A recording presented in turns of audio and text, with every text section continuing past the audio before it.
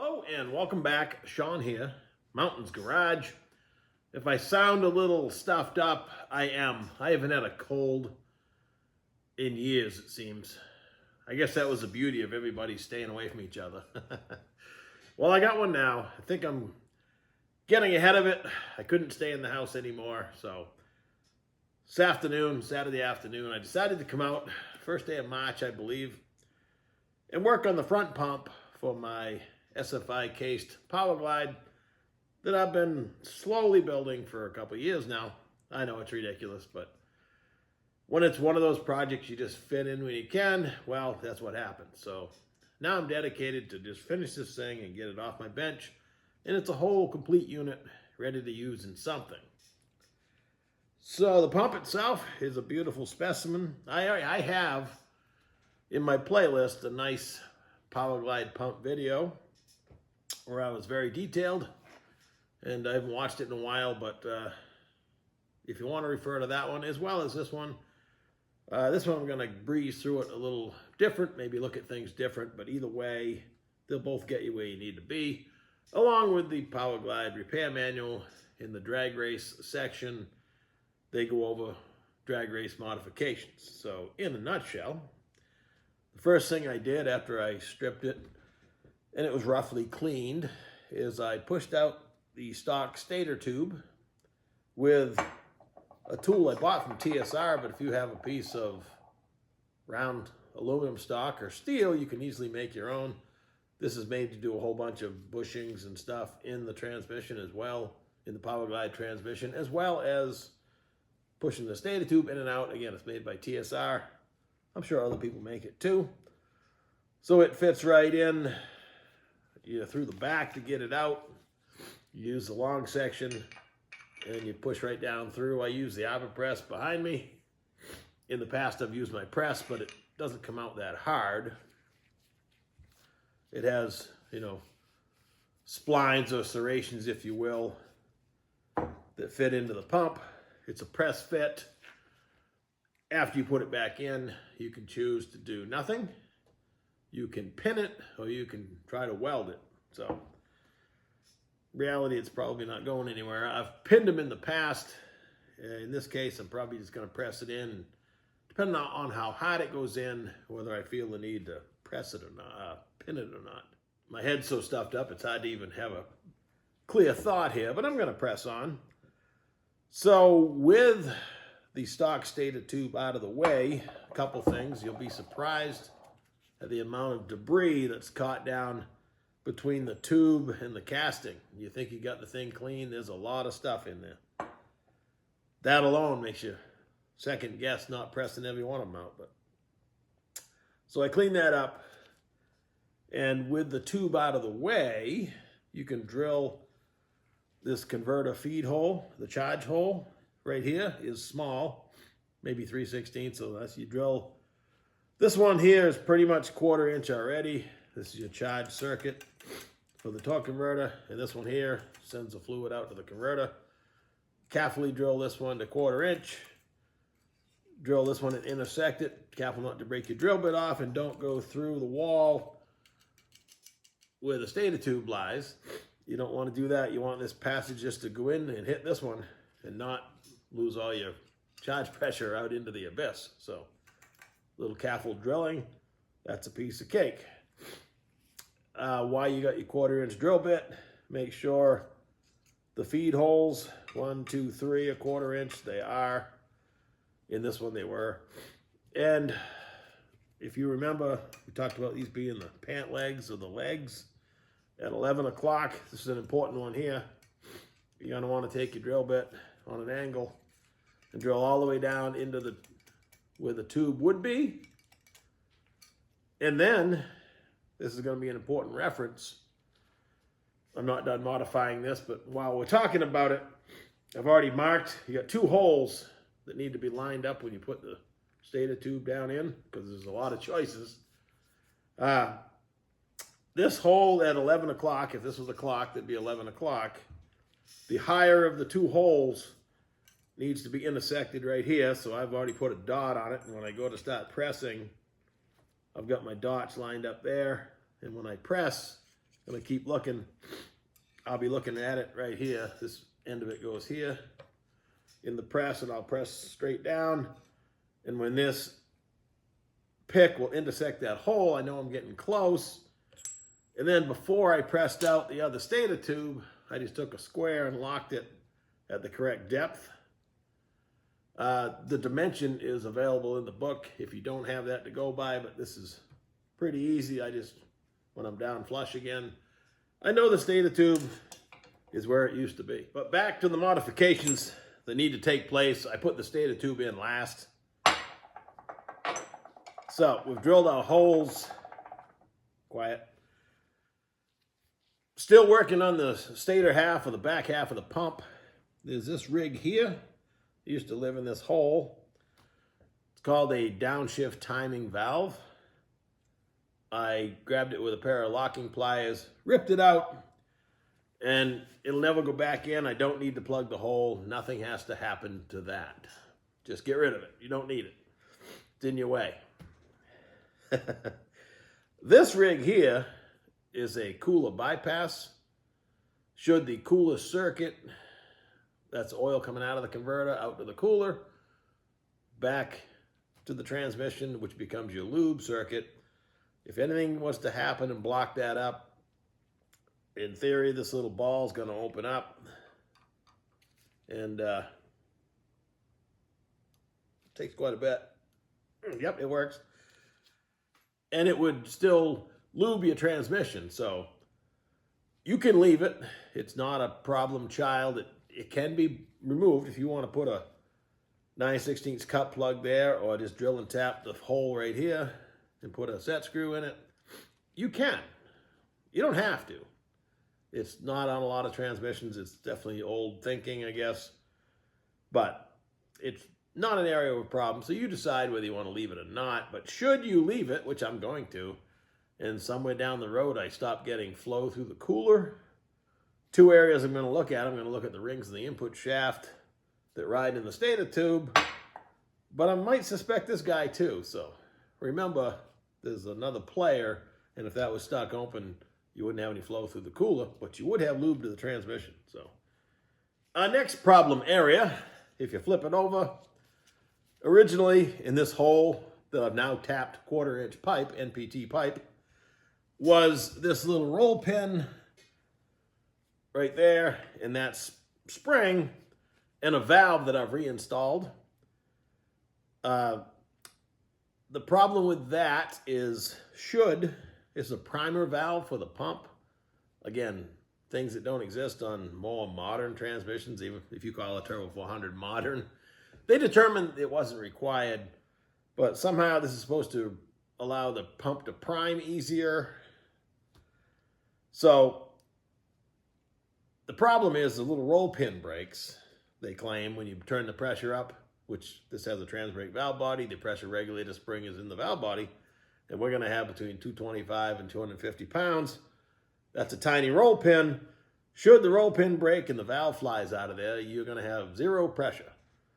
And that's a problem. You don't want to have that happen anywhere on the track or wherever you're at. So you have two options. The valve, you can just barely see it in the hole. But if you wanted to leave the primer active, in the past, people have tried like heavier roll pins, but that's kind of a waste. But if you take your 1/4-inch pipe tap and you tapped just to the point, the edge of the hole, and you put the valve and spring back in the way they belong, and then drilled a hole in the 1/4-inch pipe plug, so when it opened, it would allow oil to flow, so the primer valve would actually work. You could do that, or you can do like I did. You just tap all the way in, because that pipe plug needs to go in there a long way. So I ran the 1/4-inch pipe tap all the way to the end. I turned the valve around backwards in its bore, and now the pipe plug is holding it all the way in tight, and it's now completely useless. And I Loctited the 1/4-inch pipe plug, NPT, National Pipe Thread, and now it's just a feature that is just plug in a hole and no longer works. And it won't cause you any trouble. Before I started messing with the back half of the pump, I went ahead and cleaned up the front half. I've mentioned in the last Powerglide video I did that this was the nicest pump I've ever seen. I had stripped a couple transmissions, 3 of them I believe, 2 or 3 years ago. And I'm saving this one for this project because it's a really nice pump. If you were to buy a modified Powerglide pump from anybody, I mean, they're taking stock ones and refurbishing them. You can buy an aftermarket pump. Really not required. I mean, the stock pumps on all GM transmissions work just fine. This happened to be a really nice one. It does not need to be resurfaced. If you buy somebody's reman pump, and there's no necessarily downside, but this one here, I know I'm putting stock dimension. I have brand new Sonex pump gears, but they're stock. They don't have to be oversized because there was never any damage in here. But if you buy one from a transmission rebuilding company, they can bore this out, put bigger gears. They can machine these halves both down so everything's smaller. When it's done, it's a perfectly functioning unit, but it's not something you're going to grab off the shelf parts to fix again. You'd probably just be looking for another pump, and you might be anyway. But something to think about. You know, if I was a massive, rebuilder, I'm not going to throw away every pump half because it has a scratch in it, and I'm going to machine it larger and make it work again. You can kind of knock this sharpness off this crescent right here. I don't. Some people do. Once everything's in place, it really doesn't come into play. It claims it's an advantage, but seems to work just fine stock. That's completely up to you. Other than a good cleaning and a paint job, again, it required almost nothing. It was still shiny, like where the bolts go and everything. So this was for a 1967 dated pump for the 68 model year. It's fantastic. Again, the gear set is stock size. You need to check your clearances. I handled that really well in the other video, but you basically, 2 to 6 thousandths, somewhere in 4 is a good indicator on the big gear and the little gear. And the height, you want to use a depth mic and make sure that you're half a thou at least below this area with your new gears. But, they're cut to critical dimensions, and 9 times out of 10 it's going to fit, but you always want to check. It's kind of like bearings in an engine.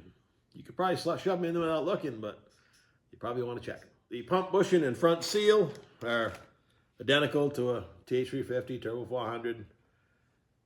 Got plenty of those in stock. I like the US made Durabond.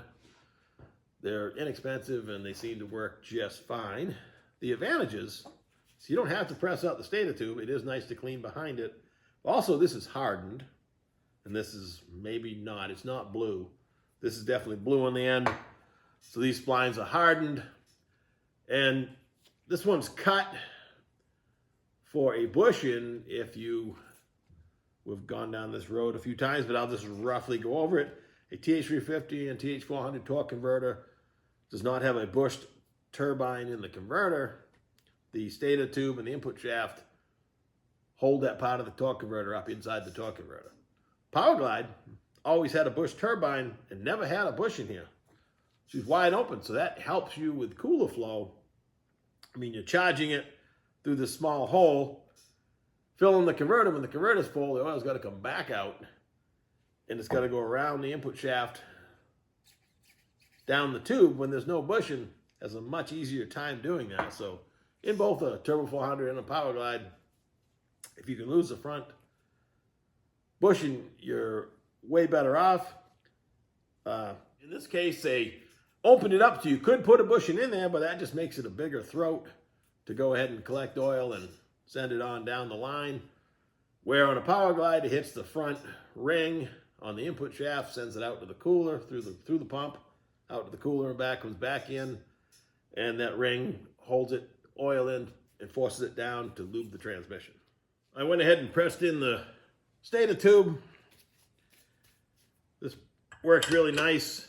It's a little too high for my arbor press, so I did it in the hydraulic press.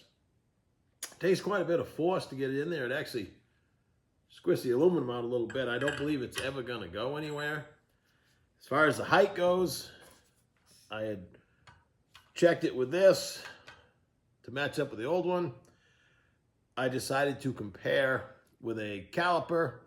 The correct dimension is 4.188, 4 inch 188 thousandths. It was a happy medium between where it was and the correct depth, so that's where I'm going to leave it. More importantly, the lube holes in and out line up perfectly. You can see them with a flashlight. Check it with a blowgun because I blew it all out afterwards to make sure I didn't get any debris on the way in and out. The couple other mods I hadn't mentioned is I enlarged this hole here to 110 thousandths. This will put lube out on your stock thrust washer, or in my case, it's going to be a thrust bearing. So that hole's really tiny originally, and now it's bigger to flow more. And this hole here, some pumps don't have any hole. This one had it on 1/2. So I went ahead, it was 3/16 drill, and drilled it all the way across and chamfered it so the oil can, as the direct drum is spinning on there, can be moved around easier. So chamfered them a little bit. If you wanted to pin it, now you could. You'd want to pick a spot with this. You would have want to pre-mark this ahead of time. I have it written down, but the Sonex instructions tell you to drill and tap 1/4-28 in here. If you go on the Sonex website, on the big shaft conversion, they have a big shaft stator tube, and they show you where you can pin it here and here. They pin it twice. We're talking, thousands of horsepower levels here and torque. Big shaft is typically a lot of power. So this is still a stock dimension input shaft. To run a big shaft input on a Powerglide, you need obviously a different stator tube, different input shaft, where it intersects the planetary, and everything has to get bigger. So it's quite a step up, and you don't use a lot of your traditional Powerglide sized parts. All right, one more video should finish up this project and the whole job, actually. Not a super popular video series, I'll tell you that right now, but hey, they all can't be blockbusters, especially in my world. I did notice this morning I'm like 13 subscribers away from 12,000. My slow rise, from 0 on my first subscriber, trust me, it's a long way. That's 3 or 4 years ago now, 600 videos. That's not great performance on my part, but hey, I'm not anybody. I'm just a regular guy in my shop, having fun and sharing with you what I can. So I don't often say like, share, and subscribe, but comment. All those help with the old algorithm, and that's how you make enough money to buy a couple more pump bushings for next month. Enjoy your Saturday, first day of March. Hey, in like a lion, out like a lamb. We'll be talking warmer weather here in a couple weeks, so it's going to be cold tonight here in Maine. We got a little bit of snow. The sun's out right now, but hey, the snow's days are numbered. It's going to go fast. So spring is, by April, we'll be talking about, going to move into the boat. So have a good one. Take her easy.